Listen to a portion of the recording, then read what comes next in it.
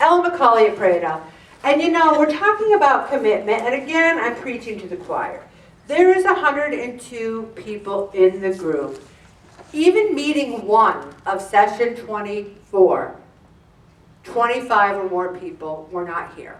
There has never been a meeting in September, October, or now in November that at least 25 people do not come every week. So we have around 74, 73 people. A good crowd, a respectable crowd. And I'm not saying that the 25 people who don't come every week, and it's different people. There's some very legitimate excuses. But there are also people who don't come every week because they don't have a commitment to their health, to making this a #1 priority. And so often, for many of us, visualizing a goal is easy. But for many of us, it's a very difficult thing to do. For others, setting goals is very easy. I heard 3 people at the scale say, yeah, my goal is 153 by blah, blah. Or another person said, I want to be at 175 by December 5th.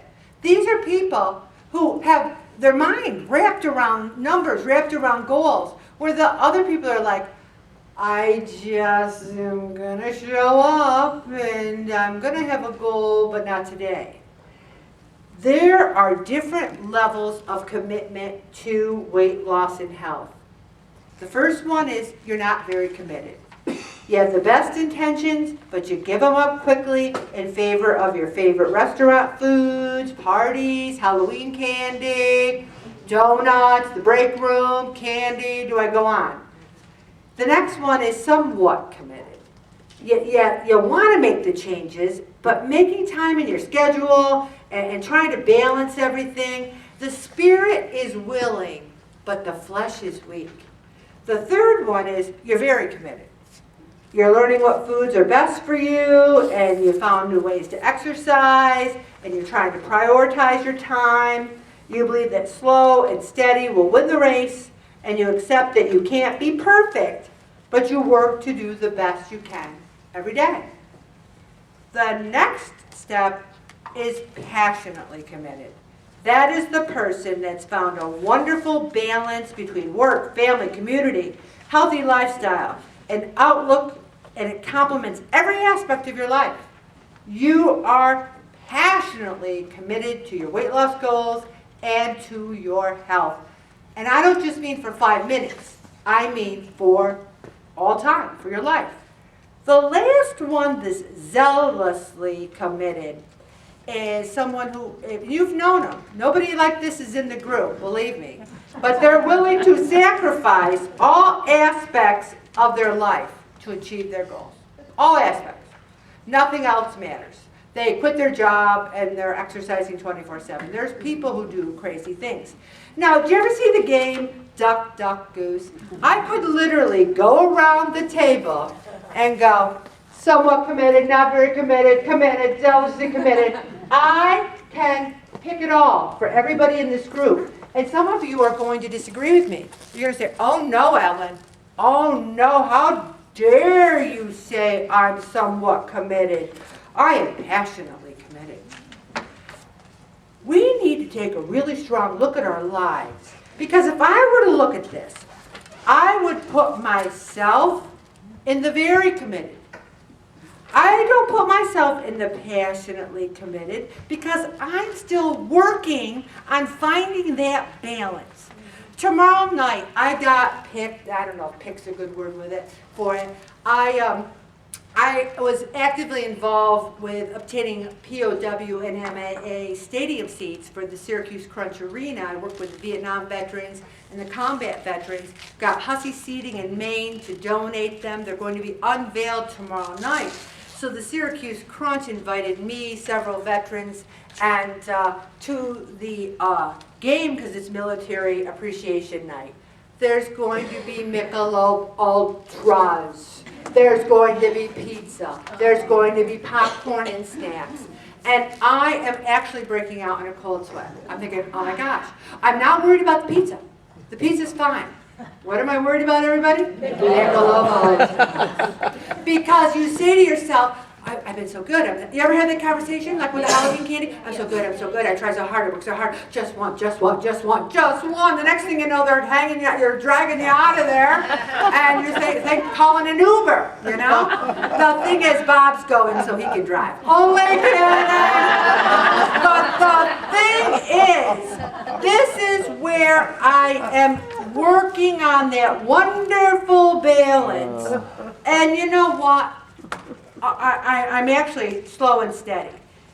But I think if all of us are just between let's just be very committed. Somewhat committed is where many people are in the group. I don't put many people in this group and not very committed because you haul your heinies here every week. To me, you get street cred for that. You get a lot of cred for that. You might not be losing weight, but you're here. You're here. You get credit. But I'd like to kick that credit up to the somewhat committed level, okay? So think about yourself. Honestly, what is your level of commitment? Is it at a level that is helping you reach your goals?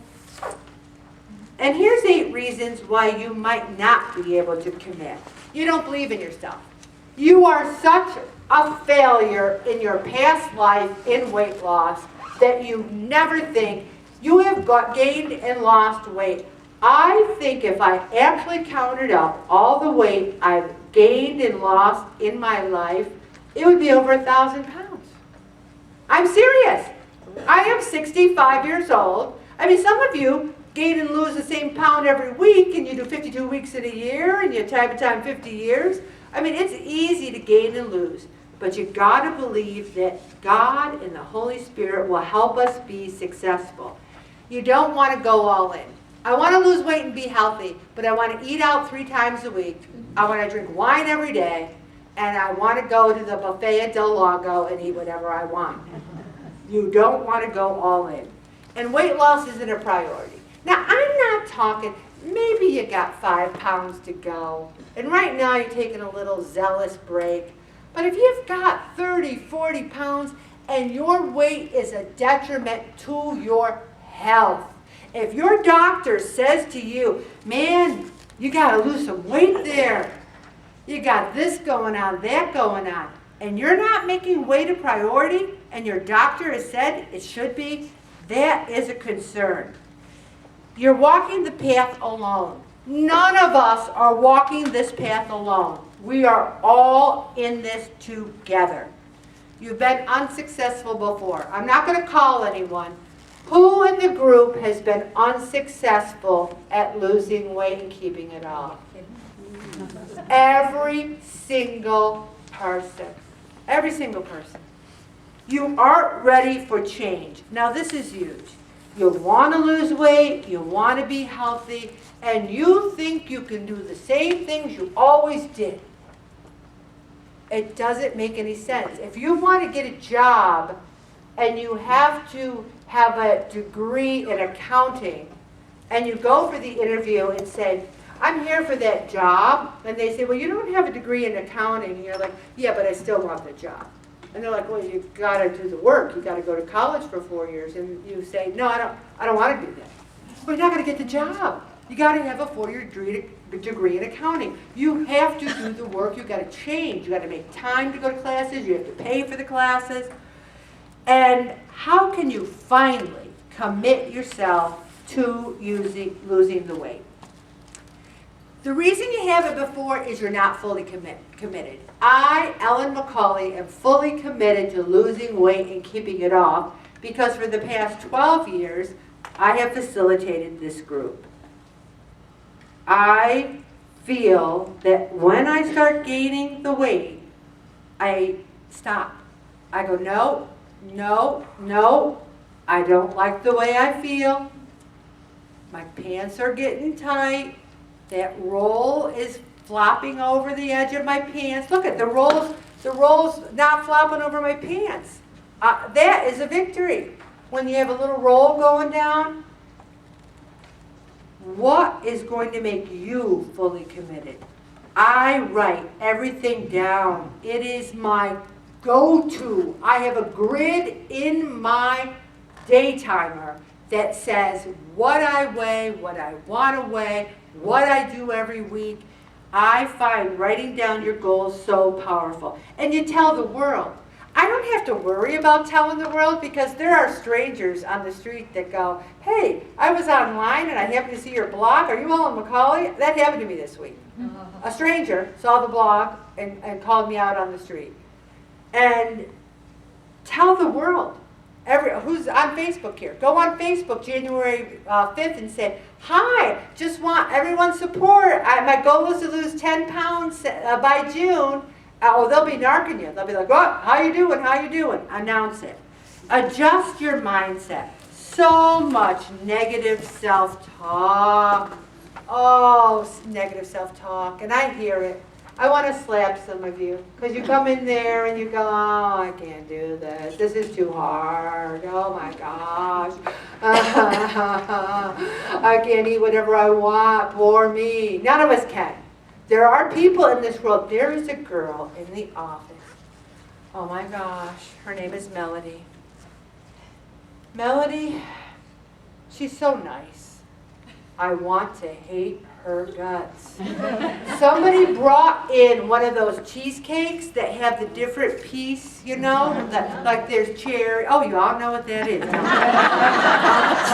Oh, you mean the one that's got cherry and that cheesecake? And oh, yeah, I know. You get them at Costco's. They're $19.99. I know exactly. Well, somebody brought one of those in. So it was kind of a lot of people were out at meetings, etc. So the break room was right next to my office. So I walked by and I see Melody in there. So she's so sweet. She's like, Ellen, there's not a lot of people here today. Do you think it'd be okay if I had 2 pieces? And I said, Melody, you help yourself, honey. I think it'd be fine. So that was early. Later on about around lunchtime, she says to me, Ellen, I'm so afraid that's going to go to waste. I said, why don't you have more, Melody? Didn't she have 2 more?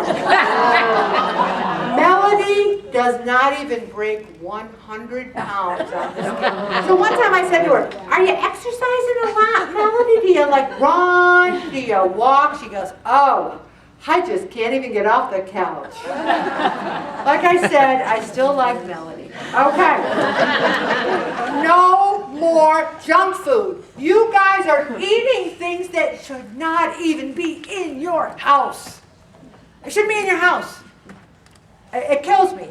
Again, I want to drive to your house. I know I have all your addresses. You know what? That might be something to do in session 25. And then I can have Bob behind me with a video camera. I'll knock on your door and I'll go, surprise!